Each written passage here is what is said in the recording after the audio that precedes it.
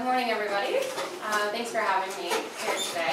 This is pretty exciting to come back. I did NSILP in 2017, so it's nice to come back and be on the other side of it.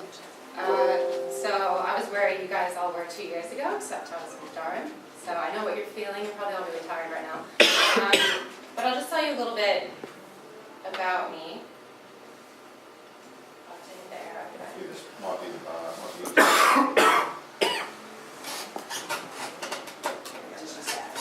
So I'm from the U.S., obviously. I was born in Alaska, specifically, and when I was 18 years old, I moved to Australia by myself. Something about Australia and the Great Barrier Reef was called to me, so I wanted an adventure, and I decided to take the plunge. So I moved to Townsville, and I studied marine biology for 3 years, and then I moved to Melbourne for a couple of years. And afterwards, I moved to Hobart, where I did my master's in marine and Antarctic science. So I did this at IMAS. I think you guys were there yesterday. As part of my master's, I did my thesis in the international trade of Patagonian and Antarctic toothfish. And this allowed me to get an internship at CAMLR, which is the Commission for the Conservation of Antarctic Marine Living Resources. So it's a mouthful. After that, I went on to intern at some other international fisheries organizations. I also worked at COMNAP, which is the Council of Managers for National Antarctic Programs in New Zealand, before being appointed to a full-time role at CAMLR. So now I work there, it's been 4 years now, and I'm a scientific support officer there. So what is a scientific support officer, and what is CAMLR? You guys may know a little bit about CAMLR already, because one of my colleagues is here, Aldine, so I may try to explain it to you. It's not a super easy organization to explain, but I'll summarize. It's an international intergovernmental organization that's tied to the Antarctic Treaty. We have 25 member countries, and we are a conservation organization through rational use. So rational use means fisheries. So we have 3 types of fisheries. We have krill, toothfish, and icefish fisheries.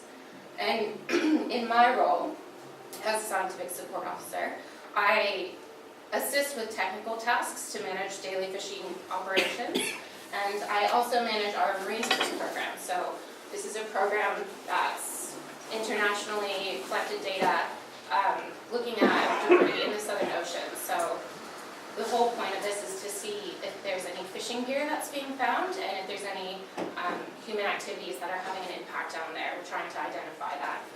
We also, a major part of my job is managing the CAMLR ecosystem monitoring program. So because we are a conservation organization, we have to monitor all impacts of the environment. So this was originally established to monitor impacts of krill fisheries specifically.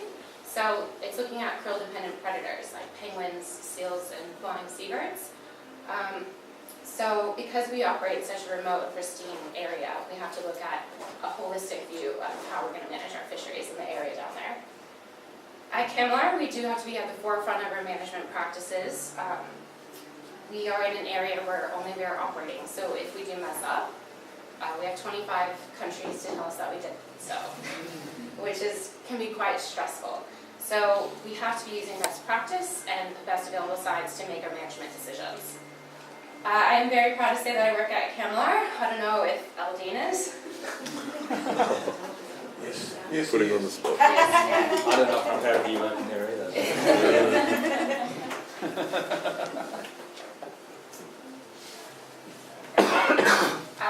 So we operate fisheries, but our mandate is first and foremost conservation. So in 2016, we passed the world's largest marine protected area in the Ross Sea region of Antarctica.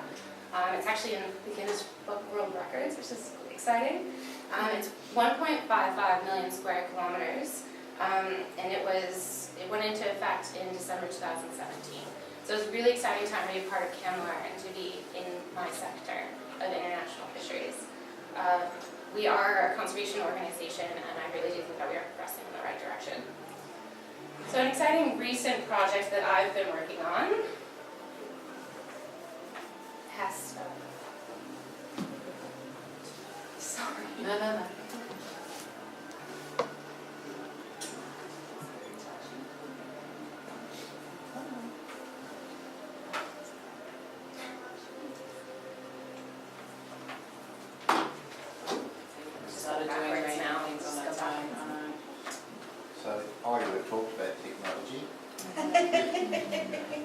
Patience. It's a butter.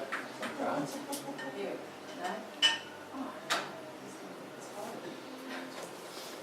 Oh, there we go. Got it. Thinking out my time. Last time. There we go. No, sorry. Thank you very much. Maybe just say that and Okay. next time. So yeah, some recent work that I've been working on has to do with penguin vomit. So as part of our monitoring program, we collected and analyzed data on penguin breeding and diet. So for diet, we essentially pump penguins' stomachs. It's really it's not good for the penguins and it's not great for us either. It's pretty traumatizing. So it has come to the point where a lot of researchers have actually just completely stopped collecting this data because they don't want to do it.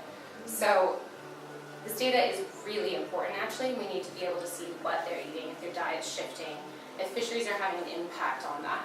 So I've been working on developing a new methodology, and I had the opportunity to go to Antarctica last year actually, which was really exciting.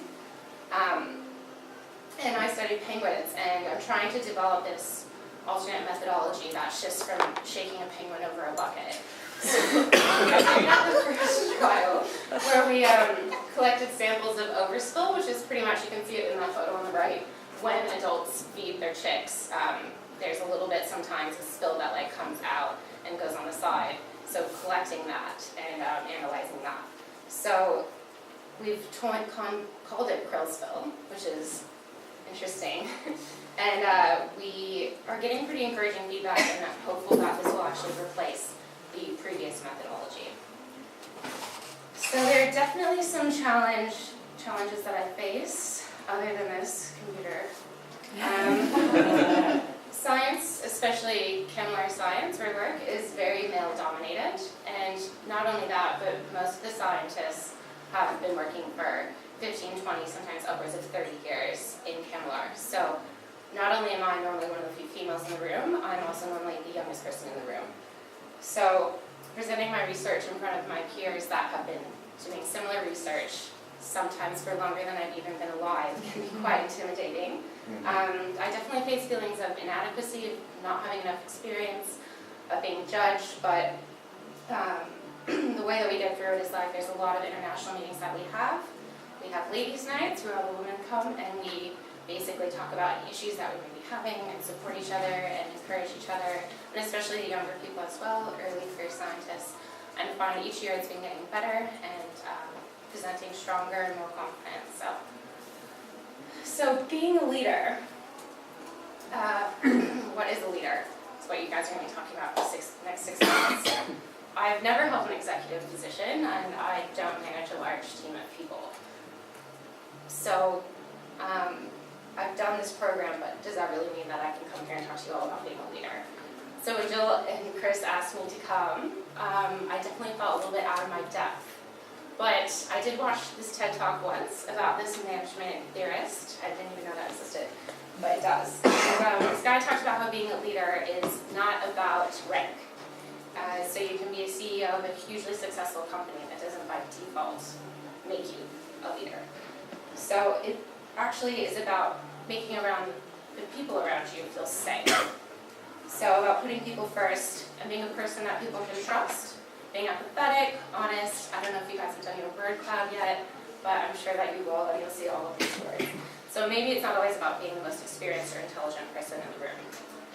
So since I graduated, my NSILP experience was about identifying the leadership skills that I already possessed, but more importantly, the ones that I lacked. So developing my self-awareness and facing things that maybe you don't want to. I don't know if you guys have done a personality test, but that was interesting.